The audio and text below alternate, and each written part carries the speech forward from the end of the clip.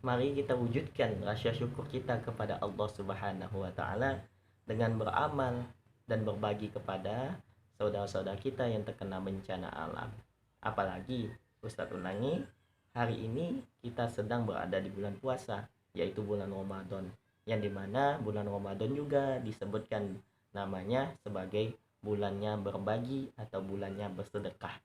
Nah, sedekah yang paling utama di bulan Ramadan adalah memberi makanan dan minum bagi orang yang puasa. Nah, apalagi orang yang puasa itu terkena bencana, kita memberi makanan, kita memberi minuman kepada mereka, maka mereka juga akan merasa bahagia, terharu dan berterima kasih kepada Allah Subhanahu wa taala. Kita memunculkan rasa syukur orang lain kepada Allah Subhanahu wa taala. Nah, jadi begitu banyak pahala yang kita dapatkan ketika kita mampu berbagi ataupun memberi makan dan minum kepada orang yang berpuasa, apalagi orang yang berpuasa itu sedang terkena bencana alam. Nah, pahala yang paling utama atau pahala yang paling besar adalah yang tadi Ustadz bilang kan, memberi makan puasa orang lain. Karena itu berlomba-lombalah dalam meraih pahala membuka puasakan orang lain, apalagi tadi Ustadz bilang orang lain itu sedang terkena bencana. Nah, kita beri makan untuk apa? Makanan untuk berbuka puasa mereka, minuman, kemudian pakaian yang layak untuk mereka. Ketika kita memiliki uang yang lebih, kita sisihkan untuk mereka, kita berikan kepada mereka, maka mereka sangat-sangat merasakan kebahagiaan dan memiliki saudara seiman, yaitu umat muslim yang saling tolong menolong. Nah, ada beberapa keutamaan sedekah. Nah, supaya kita lebih semangat lagi untuk bersedekah, maka kita harus mengetahui ada beberapa keutamaan dalam bersedekah. Yang pertama adalah sedekah dapat menghapus dosa. Yang kedua, orang yang bersedekah akan mendapatkan naungan di hari akhir. Yang ketiga, sedekah memberi keberkahan pada harta kita. Yang keempat, Allah melipat gandakan pahala bagi orang yang bersedekah.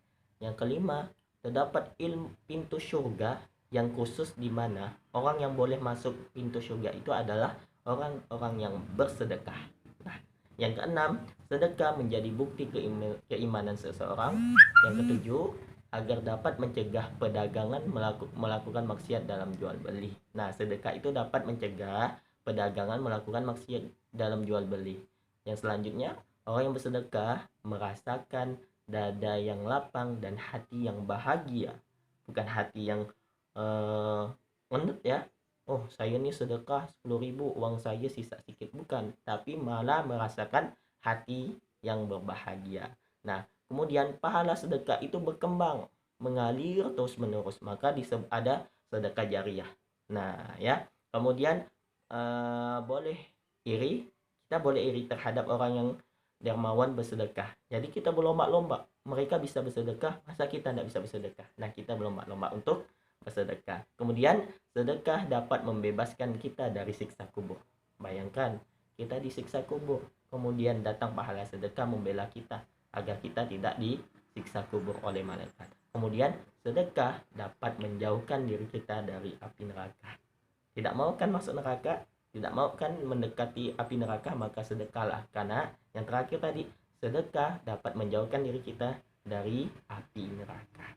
Nah, jadi semoga materi ini dapat membuat kita bermotivasi untuk saling berbagi, bersedekah, memberi makan dan minum, pakaian yang layak untuk orang yang berpuasa. Apalagi saat ini banyak bencana yang terjadi, maka otomatis orang itu bukan hanya berpuasa, tapi puasanya orang itu adalah puasa orang yang terkena bencana alam. Maka ketika kita memberikan sedekah, pahalanya semakin banyak kita dapatkan, dan mereka juga akan merasakan kebahagiaan.